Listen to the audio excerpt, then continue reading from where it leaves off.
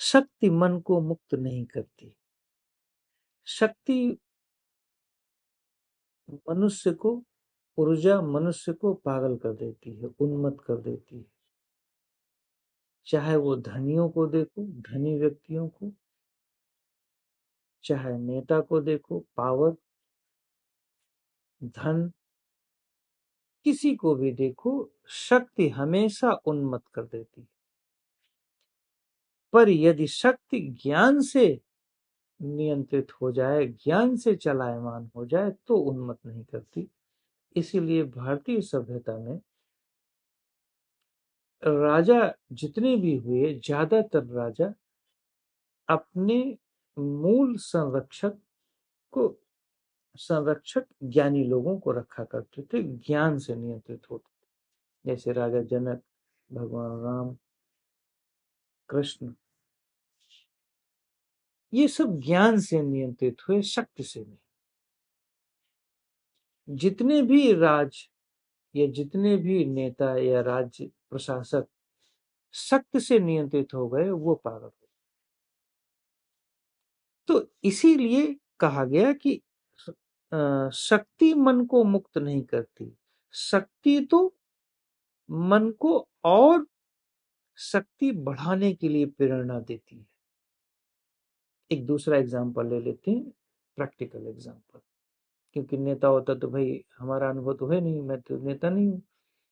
तो जैसे मैं मान लो अपने शरीर पर काम कर रहा हूं, यहाँ गोले निकाल रहे हैं जिम में जाके, फिर यहाँ गोले निकाल रहे हैं, यहाँ गोले, फिर यहाँ गोले, फिर छाती में 2 गोले, फिर पेट में 3-4 गोले, है ना, फिर अपर बैक में पीछे की साइड में गोले, फिर कमर पे, फिर थाई मसल, फिर काफ मसल, मतलब 40-50 गोले इस पूरे शरीर में हमने निकाल दिए, गोले ही गोले। और फिर एक और बात, फिर दिखाना भी है उन गोलों को, फिर फाड़ करके, है ना,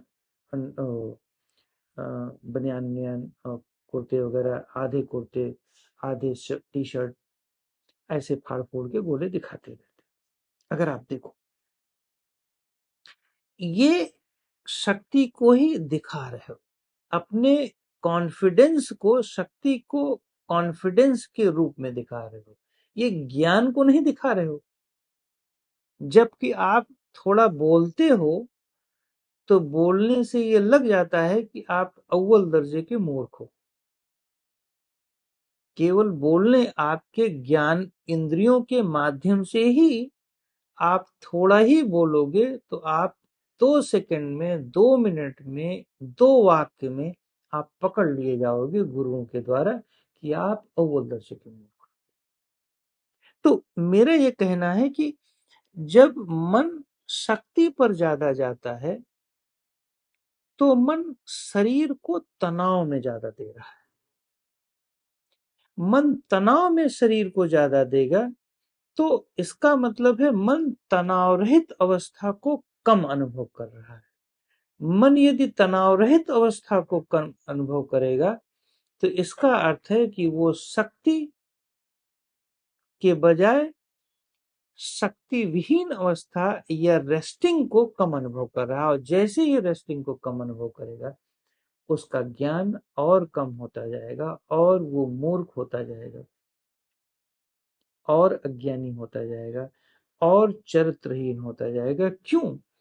क्योंकि जितना शक्ति बढ़ेगी और रेस्टिंग कम होगी, वो फ्रस्ट्रेट होएगा और फ्रस्ट्रेशन को खत्म करने के लिए उसे कर्मेंद्रियों को और ज्ञान इंद्रियों को अनावश्यक चीजों में इन्वॉल्व करना पड़ेगा ताकि उसी में संतुष्ट हो। जैसे एक एग्जांपल दे, जितने भी रेस्टलेस लोग, ज्यादा रेस्टलेस लोग हैं, ऑफिस से आते हैं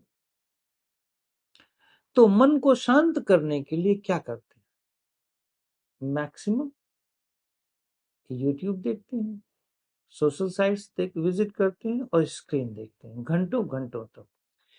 एक स्ट्रेस से दूर हो करके आप माइंड को, अपनी इंद्रियों को दूसरे स्ट्रेस में ले जाए।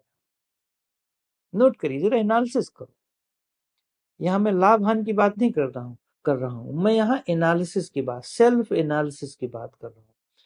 आप दिन भर 8 से 10 घंटे स्ट्रेस में थे, सेंसेस को थकाए थे, सेंसेस को स्ट्रेस में दिया, और कर्मेंद्रियां, ज्ञान इंद्रियों और कर्मेंद्रियों को तनाव दिया। और जब आप वापस आए तो आपको अब ज्ञान इंद्रियों को तनाव रहित अवस्था में ले जाना है, न कि दूसरे तनाव में शिफ्ट करना है।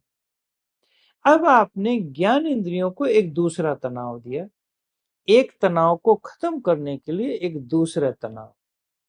ये सॉल्यूशन नहीं, ये सॉल्यूशन है ही नहीं कि एक तनाव को खत्म करने के लिए दूसरा। ये बहुत अच्छा सॉल्यूशन है, हालांकि कुछ वर्षों तक इससे जीवन को चलाया जा सकता है, पर ये रोक दे देगा। किंतु जिस दिन आप ये सीख गए कि तनाव रहित अवस्था में कैसे लाया जाए, मैं डायवर्जन नहीं सिखा रहा हूं, एक तनाव को खत्म करने के लिए दूसरा तनाव नहीं, डायवर्जन नहीं कर रहा, लेकिन मैं उस तनाव को ही कुछ देर के लिए, कुछ पल के लिए खत्म कर दे रहा हूं। ये ज्ञान सिखाता है, ये ध्यान सिखाता है, ये ऑब्जर्वेशन सिखाता है। कैसे आप अपने आप को ऑब्जर्व करते हो, ठहरते हो, रुकते हो, ये सब नॉलेज सिखाएगा। नॉलेज से ही स्वास्थ्य मिलता है। स्वास्थ्य का मूल अर्थ ही है स्वयं में स्थित हो जाना, स्वयं में स्थित हो जाना। स्वयं में स्थित होने वाला व्यक्ति ही शरीर को हील कर देगा, मन को हील कर देगा, क्योंकि मन शून्य होता है स्वयं में स्थित होने पर। इंद्रियां लूज और ढीली हो जाती हैं, निद्रा में होती हैं, शरीर निद्रा में होता है।